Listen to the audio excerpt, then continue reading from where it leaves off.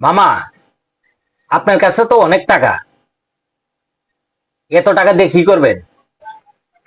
মামু, তুই জানোস না সামনে কোরবানির ঈদ, এজন্য ব্যাংক থেকে আজকে টাকা তুলে আনলাম গরু কেনার জন্য, বুঝছস?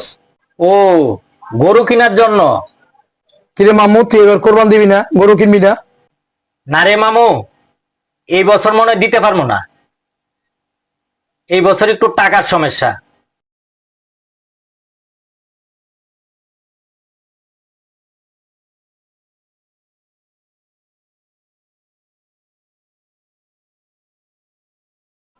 আমাদের সমাজে কিছু বিত্তবান ব্যক্তিরা আছেন যারা কোরবানি দেওয়ার পরে কোরবানের মাংসগুলো ফ্রিজে রেখে দেন।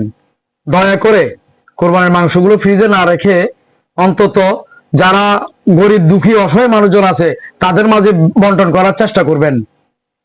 আমাদের কথায় কেউ রাগ করবেন না।